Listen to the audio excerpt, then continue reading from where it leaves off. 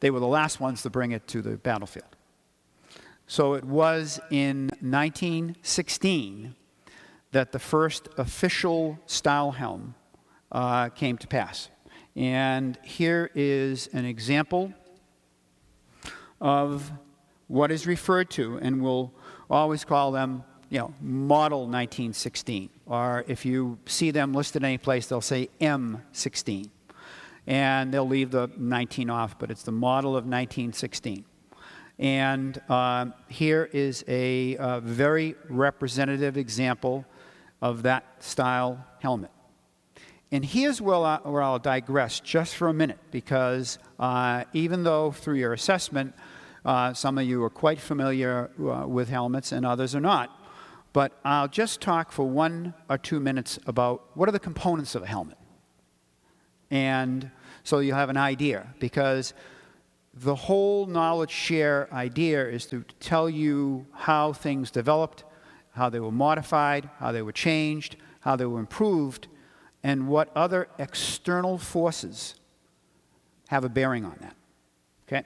So before I go into any more details about the characteristics of this Model 16, I want to tell you basically the components of a helmet. You have the shell, and that would be the metal exterior. You have some type of a ventilation system that is on the side. This will undergo a number of changes through the development and modifications. And then you have the liner. This particular liner represents the Model 1916 liner, and I'll go into more details about that, but we're talking about the basic components of a helmet. And you have the liner. The liner is meant to provide a buffer between the steel and the head. And you have a chin strap. The chin strap is meant to secure the helmet so that when the soldier is moving, when exterior forces, such as percussion from a shell going off or something of that goes off, the helmet's not going to fall off his head. Okay, so you have the chin strap, you have the liner, and you have the steel. And then there are many, many subcomponents, such as the ventilation system I discussed with you, the liner bands, the rivets, and so on and so forth. We'll go into more details on those as we get into other segments. So those are the basic components of a steel helmet.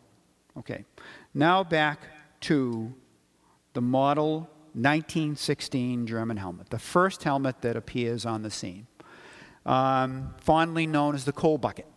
And for those of you who ever carried coal, you would know. But based on demographics here, probably none of you ever carried coal. So, and then I get a few laughs from the back, and somebody has carried coal. So here you have the Model 16 helmet, and it is set up with a ventilation system on the side.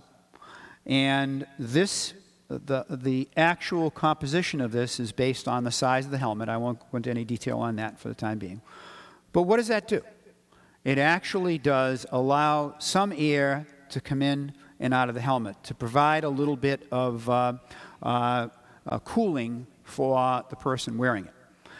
In the case of these ventilation vents on Model 1916, it also had a secondary purpose, which I will share with you in a couple of minutes.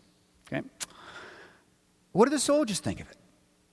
Well, it was okay because it did serve the purpose of keeping them cool, but what happens in the winter when the wind is whistling? It drove them nuts. It would whistle right through the helmet, and so I bought many, many German helmets, Model 16s, 17s, and 18s, where the ventilation hole was actually blocked, where they would take a little stick and they'd break it off because it drove them nuts. So to find one that has those little things in it after 70 or 80 years is kind of intriguing.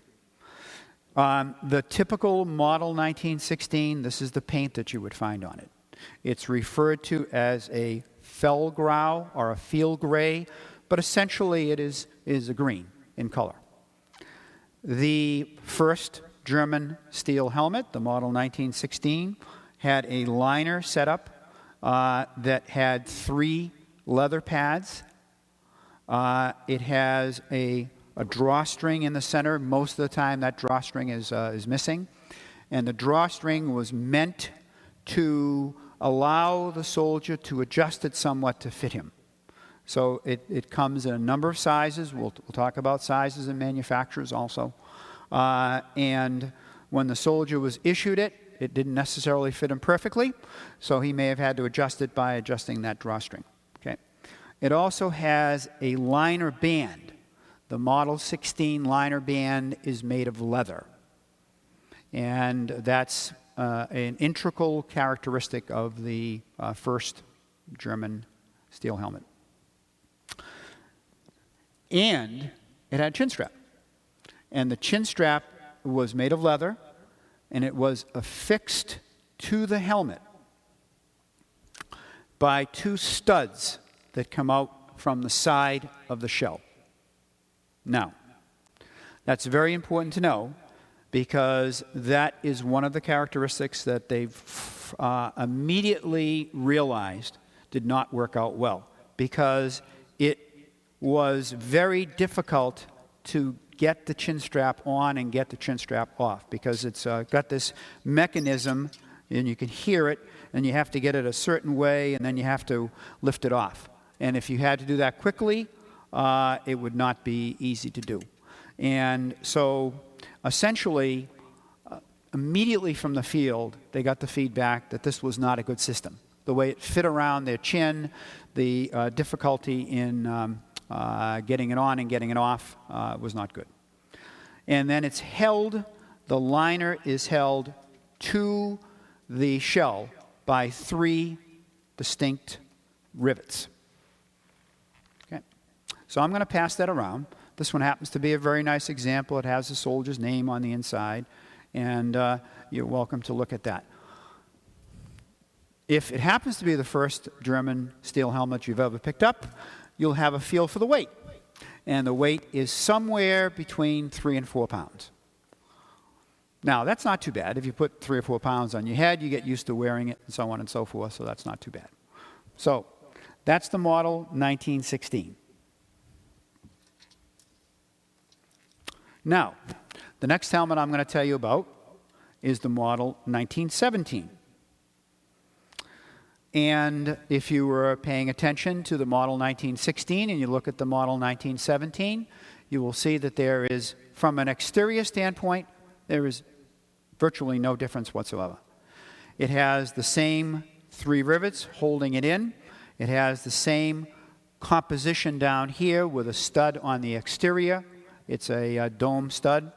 It has the same ventilation system. In fact, when you turn it over and you look on the inside, it has a similar 3-pad mechanism with a drawstring, and the studs to hold on the chin strap are set up the exact same way as the Model 1916, and it has basically the exact same characteristics except for one. And that is, as the war progressed and as items became short, supplies became stretched, they realized that there was a real shortage of leather. And so they continued to use the pads in leather, but the liner band, one of those elements that I talked to you about, the helmet, the liner band is now made of steel, a very thin steel. So the only way you can tell the difference between a Model 16 and a Model 17 is the liner band. Okay? So